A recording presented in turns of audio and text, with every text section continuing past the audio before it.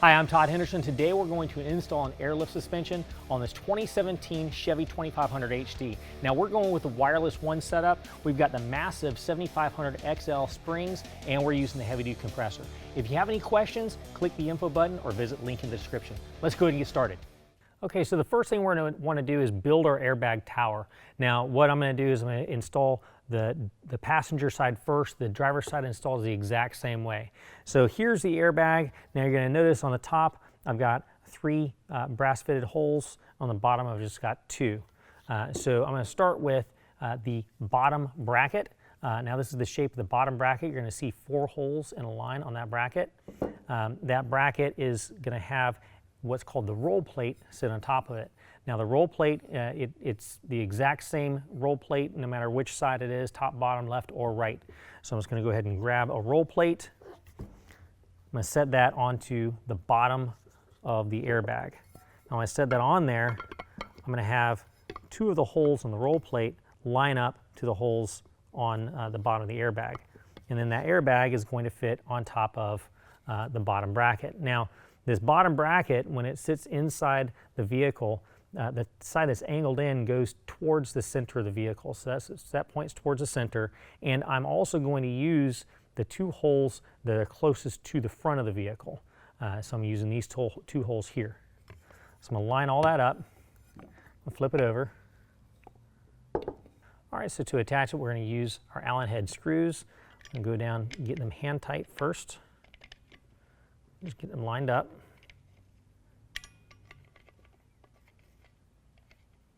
Once we line them up, we're going to tighten them down with a 7/32 Allen wrench. And once we get them snugged in there, we just get them nice and fairly tight. We don't want to get them over tight.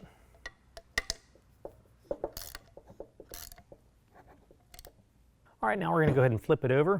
Now what we're going to see on the front side, just like this is facing to the inside, the top of the airbag, you want to make sure that this is also to the inside. If it's not to the inside, go ahead and take it apart, spin it around, make sure that this is to the inside.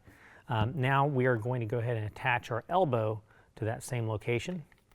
So we're going to turn it, get it where it's nice and finger tight. Once it's finger tight, we're going to turn it 1.5 more turns using a 9/16.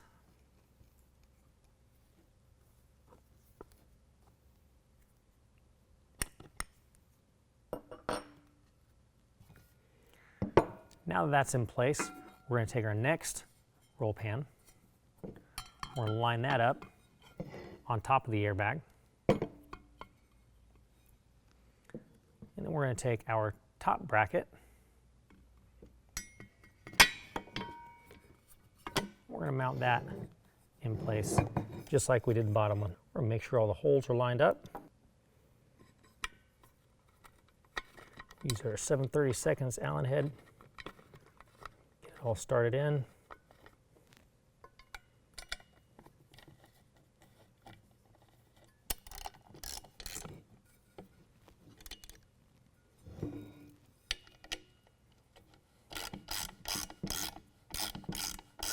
Okay, now that we've got that all already assembled, let's go ahead and prep up the truck so we can install this. Okay, now I've already removed the tire and I've got this up on a lift. Now this is just so you guys can see what's going on a little bit better. You don't necessarily have to remove the tire or put it on a lift. You can just put it up on jack stands. First thing I'm going to do is remove the factory jounce bumper. The trick there is to take a screwdriver and fit it right up into one of the locations where it's got the crimp in place, and then pull on the jounce bumper while you pry it out. All right, now on the back side of the axle, we've got this mount where the brake cable is mounted to the axle cup. I'm going to go ahead and remove that bolt that holds that brake cable in place using a 13mm. And we can pull that and keep that away from the bracket over here. And we've got another bolt on the opposite side. We're going to use the same 13mm and remove that one as well. Okay, so now we've got our complete tower assembly. We're ready to insert it into the truck. Now again, this little angle on the lower bracket is going to be facing to the inside of the truck, as well as your elbow up at the top that gets the air. So what we're going to do is we're going to go ahead and set it in place. We're going to squeeze it in. Once we get it kind of close, we need to go ahead and kind of collapse the airbag. All right, next what we want to do is want to make sure that this bracket is attached to the frame. Now, a few things I want to point out. Number one, the bracket needs to be on the outsides of this factory bracket that holds the jounce bumper.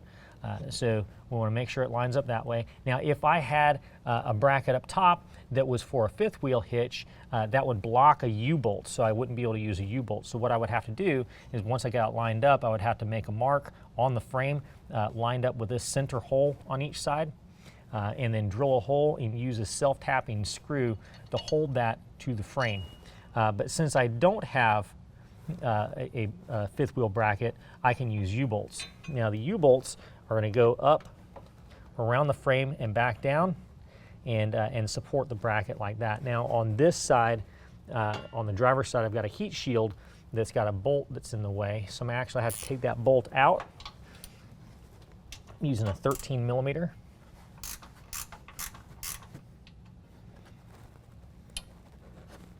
Now with that bolt out of the way, I can go ahead and lift up the heat shield and drop my other U-bolt in place.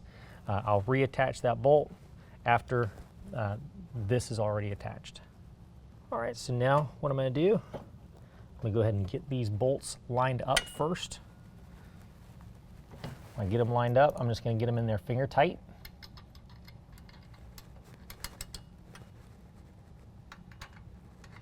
Since these are nylock nuts that are provided, I'm just going to spin it to where it hits the nylock.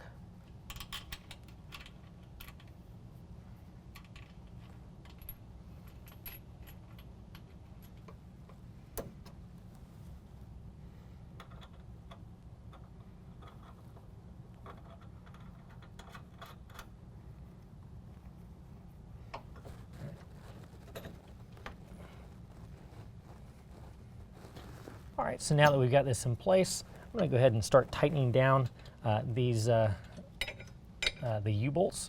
Now I want to make sure, there again, that this frame is on the outside of this frame. That way it's not impinging on itself. And I'm going to tighten them up evenly and in a crisscross pattern.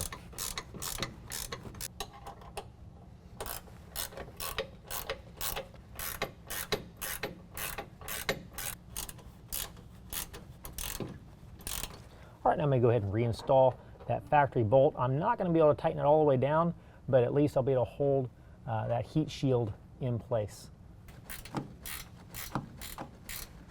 Okay, now what I have to do is I have to attach the lower bracket to the axle. So this lower bracket is actually straddling over top of the plate that the jounce bumper would hit. I got to pull that down. Now because I don't have any pressure on this rear axle, it's actually changing the pinning angle a little bit. So I actually have a little bit of bind starting from the back. So I need to pull on this side here more than I pull on the back side to get this lowered down. Once I have that lowered down, I have this bracket that actually straddles the bottom of the axle. Then I have a carriage bolt that's going to drop through. Now the head of the carriage bolt is going to drop into this rectangular opening.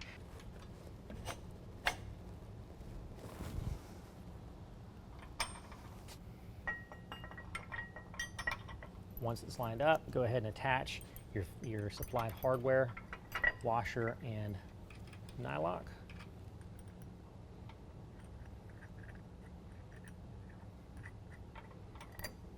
Okay, now I'm on the opposite side. One of the main keys here is you want to make sure this lower bracket is drawn all the way down over top of that mount, and then everything will line up.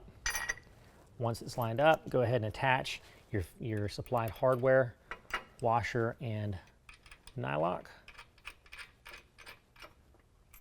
And next we're going to go ahead with our 9/16 and tighten down both sides evenly.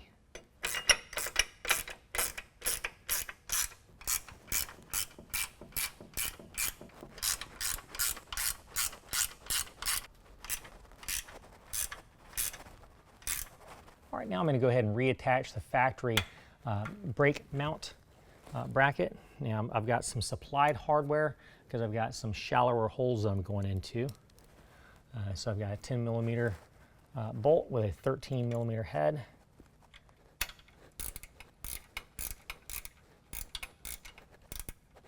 And on the front side, we can go ahead and reattach the e-brake cable as well with its bracket.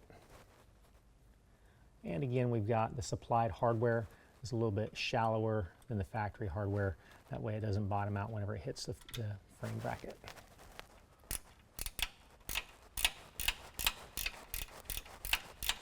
All right, next what we need to do is we need to attach our heat shield to our exhaust pipe. Now I've already gone ahead and bent the tabs on the heat shield to make sure I have at least a 1/2 inch air gap between the exhaust pipe and the heat shield. That heat shield is going to go right up into this location here, and that is going to attach to the exhaust pipe with some band clamps. I've already got one band clamp on there. The next band clamp I'm going to put on, I'm going to show you how I do that. I just basically take the band clamp apart. I've got a little 5/16 socket. Pull that band clamp apart. I'm going to wrap it around the exhaust pipe, and then I'm going to put it back together.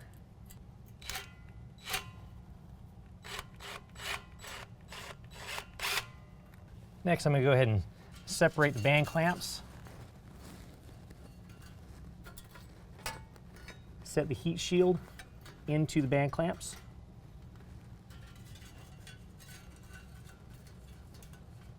Now I can tighten both those band clamps down.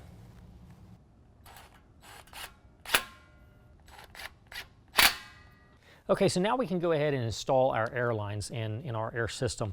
Now we've got our compressor and our manifold. These actually have to be bolted underneath the truck, so we're going to have to find a good location to attach those. Now every truck is different and every need is different for every person, so you're going to have to figure out what's the best location to attach yours. We're going to show you how we're going to set this one up, but you need to figure out exactly what's going to be best for you. All right, now I'm going to go ahead and pull out this plug. This just keeps moisture out of the system. I'm going to go ahead and screw in this compression fitting, and I'm going to tighten it down.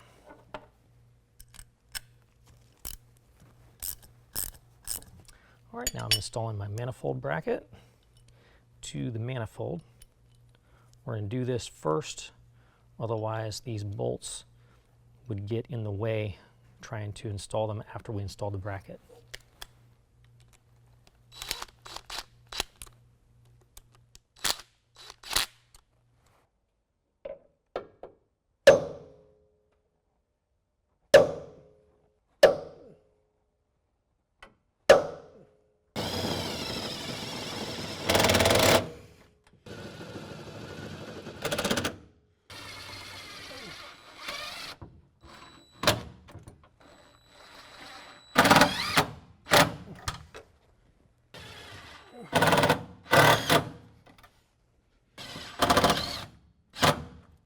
All right, now here is my tubing. I'm going to get 2.5 feet of. It goes from the lead line to the manifold. Now when I cut this tubing, I want to make sure that I cut it at a perfect 90-degree angle. If I have a little bit of a barb on that tube, it will mess up the fitting, and I'll end up with a leak. All right, now I'm going to go ahead and attach my tubing to one end of the line. Once I fit it in place, I'm going to fit it over top of the gas tank and tie it off so it doesn't move. And then I'm going to run the other end of the tubing to my air pump. All right, so I'm going to go ahead and put the air filter above the fuel tank. I'll wrap a cable tie around it.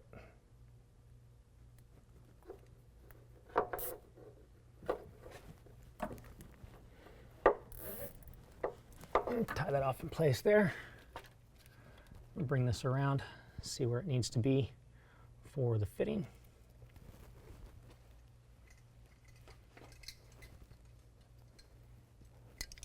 Next, I'm going to take my utility knife and cut that off.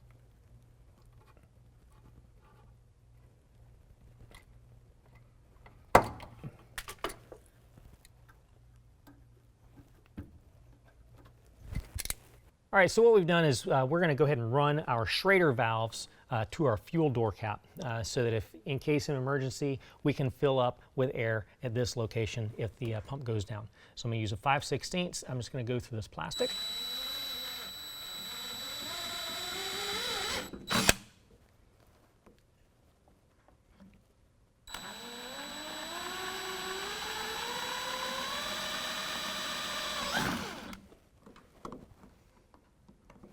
All right, now before we can run these valve stems through from the back side. We're going to need to install one nut and a star washer. Give about 3/4 of an inch. You may need a little bit more if you've got a real thick area that you're going through. But now I'm going to fit this through, so I've got this on this side. And then when it comes through, I'll install the rubber washer, flat washer, and then the other nut, and put the valve stem cap on it.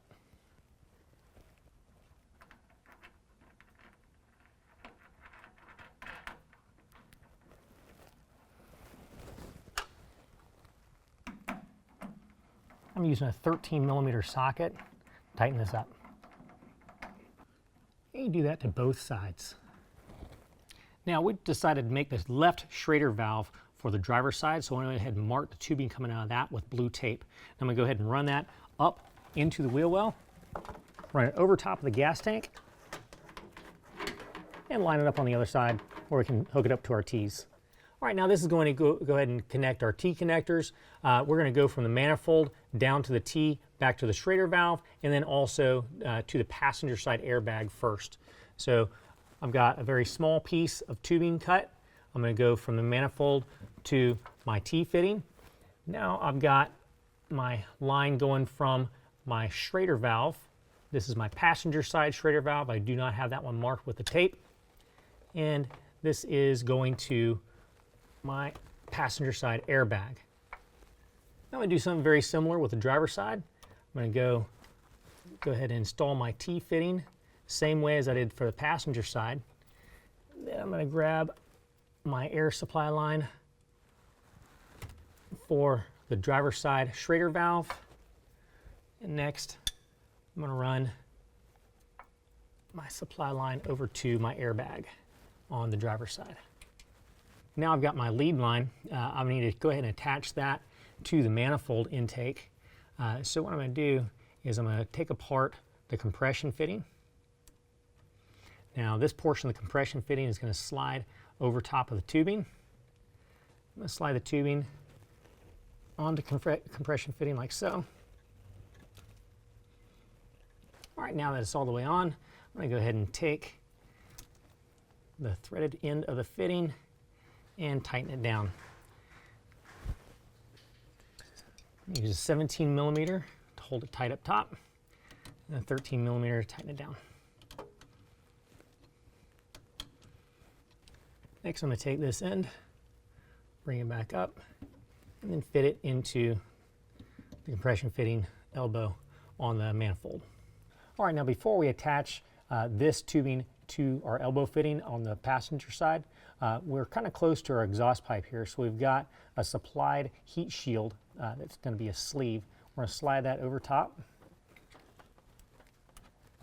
and fit that into the elbow fitting.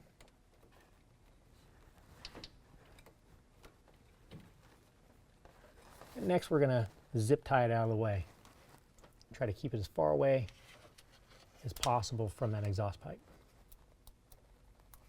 All right, now we need to go ahead and start running some wires. So I'm going to go ahead and ground this out. The way I'm going to do that, remove one of the screws that holds the compressor in place. And take my relay and my ground wire from the compressor, run them back behind that.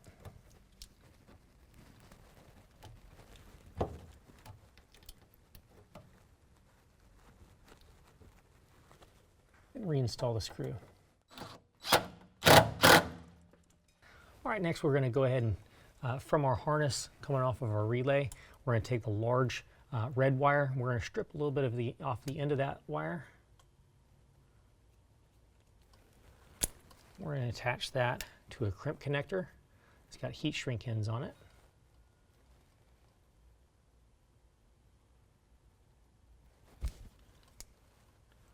Or crimp that in.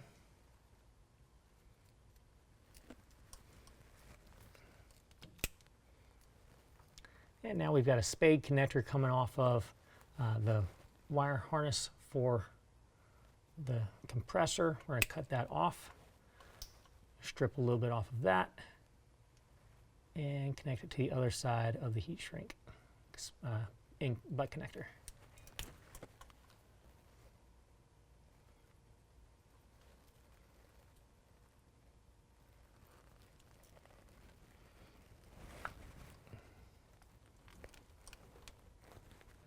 All right, now I'm going to go ahead and use the heat gun to attach these heat shrink connectors. All right, so now I'm going to go ahead and plug in to my manifold. Once I slide that in place, I push up this lever that locks the manifold in place. And the balance of the harness, I'm going to go ahead and run up along the driver's side frame rail and run it up to the battery. All right, so what I went ahead and did is I pulled my wire harness up into the engine compartment, and I pulled off the fuse panel cover. I'm going to go to this 20 amp fuse right here. This actually is for the trailer brakes, and this is only on whenever the ignition is on. That way I don't have to worry about draining the battery if something goes wrong and there's a leak, anything like that. Now, on my power line, I went ahead and I spliced that into my fuse holder line with a butt connector and did the heat shrink. I've already got the 15 amp fuse pulled out, and I've got my spiked crimp connector on there as well. On the negative side, I went ahead and I spliced in the eyelet and I crimped that on. Next, what I'm going to do is I'm going to go ahead and pull out this 20 amp fuse.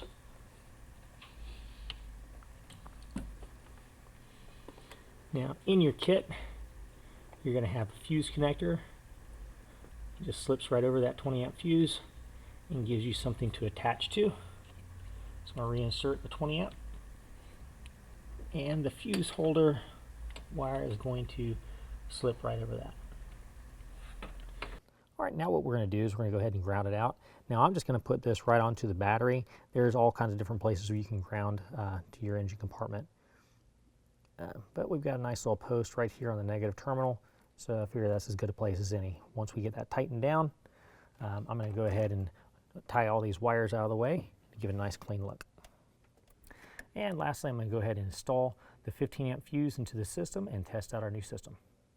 Well, that concludes the installation. If you have any questions, click the info button or visit the link in the description.